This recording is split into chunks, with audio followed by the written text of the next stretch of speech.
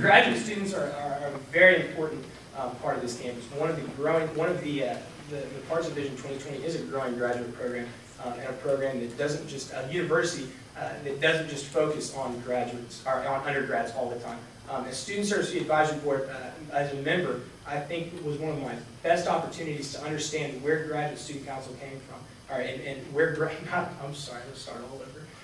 Where graduates are coming from as far as things to the effect of the child care center that we have here on campus. Most undergraduates say, why are student service fee dollars going to a child care service? Well, the fact of the matter is, when students want to come here and learn, there's not an income coming in for them at most points, and there's not a lot of money for them to be able to supply and find places for their children to be taken care of. And that can be a huge part of a graduate student, a qualified graduate student's decision to come here or not.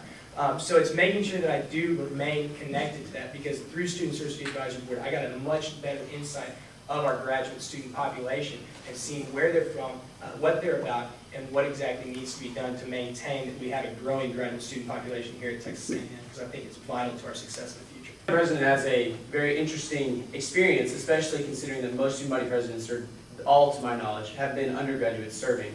But they have a very important responsibility at building a great relationship with the Graduate Student Council. I know that in my experience of working with Jamie Ray Walker as I represented GSC on the Student Service Advisory Board, it was an amazing experience to learn from her, because she was in a totally different place in life than I myself was. And the willingness of the Student Government Executive Council and of the student body president should be to seek out those graduate students and get their feedback.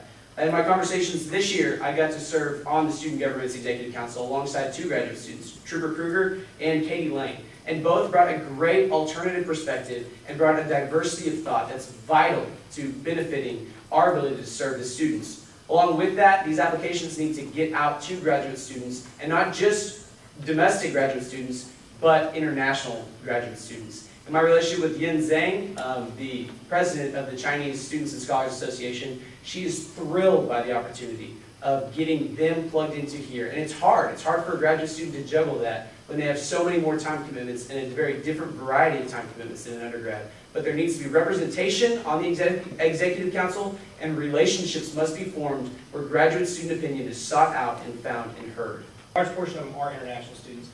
Not many people, not many undergrads would realize that we are in the top 10 most populated universities with international students. And so much of our programs and so many of our experiences here are focused in on our traditions and focused in on the undergrad experience. And there's absolutely no reason that those international graduate students and graduate students as a whole should not be walking away from A&M with those same Aggie traditions of honor, character, and integrity. That's what I want to focus on, is making sure that does reach all levels of our university, and not just the undergrad experience, not just through Fish Camp and not just through T-Camp, but also that the grad students get an opportunity to become involved and basically absorbed with the Aggie experience as well. The fact that graduate students need to be pouring into the lives and the experiences of undergraduate students. That's one of the greatest gaps that we have on this campus, is that most undergraduate students, as they walk through, may have a TA or may have a professor that they get to work with and learn from, but they don't get to experience and learn from them in a more personal manner. And so there needs to be ways and means and manners sought out in which grad students can build a relationship with undergraduate students and serve on committees together, and given more time for undergrads to learn from the experience and years and wisdom that graduate students have to offer.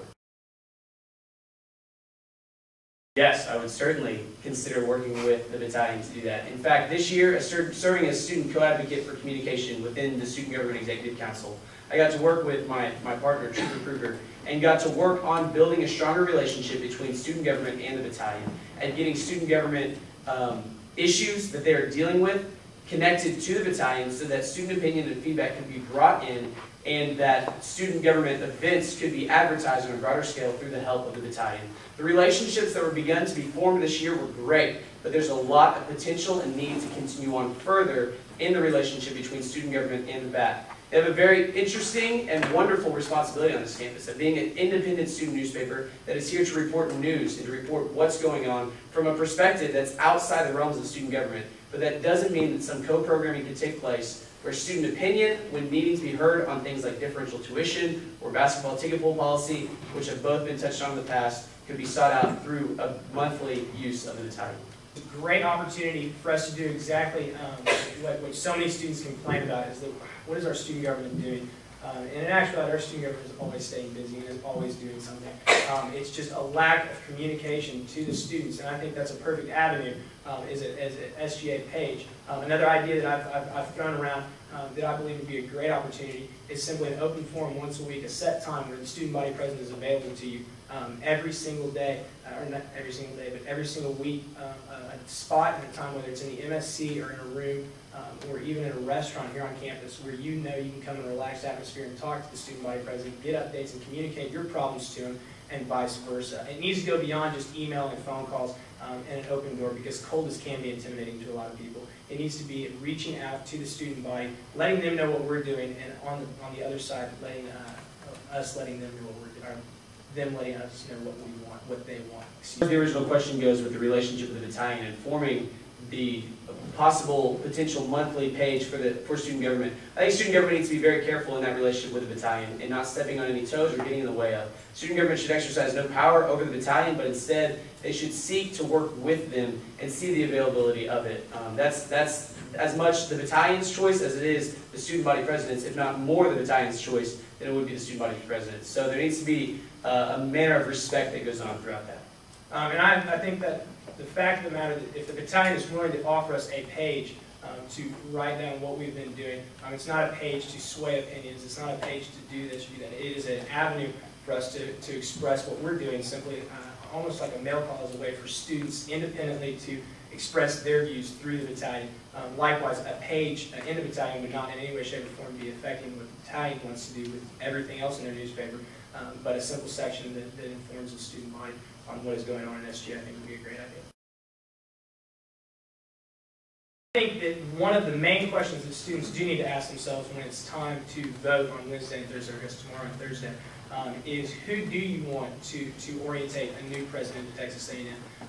Who do you want to give that first impression of our student body, what we believe in, who we are now, not necessarily who we've been, but who we are now and where we're going, and what we want to do with our university. You need to, what kind of person and what type of ideals do you want to be portrayed to that incoming president? I think that I forgot the rest of the question, but can you repeat the question, Jim?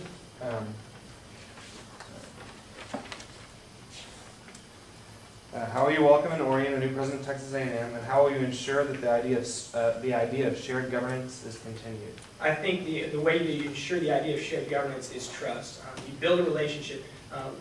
Someone once told me that most of the position of student body president is based on influence. It is based on the idea of having credibility with the administration, and because in actuality the administration could do what they want even though the student body president disagrees with it. It's the relationship, the trust and credibility, and the idea that you do represent the student body when you talk to the administration. That's how you maintain shared governance, and that's how you maintain an atmosphere and an ability to be an effective leader and be an effective representative to the administration.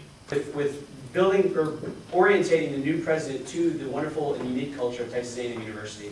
When the student body president is selected, the very next morning, and in this case the Monday after, they go to a breakfast with the president himself, and then spend the next lunch with the vice president of student affairs. I think with the new president selected and brought to Texas A&M, a similar thing needs to take place. The student body president needs to immediately be introducing them to student leaders and immediately be drawing them into avenues that already exist, such things as fish camp, even tea camp, and just drawing them into the SPO in the MSC, or drawing them into student life and Greek life, and drawing them into avenues that already exist to expose them to what amazing A&M already has. Now, as far as shared governance goes, the immediate thing that needs to take place is the next student body president is going to be elected much sooner than the next university president will be selected.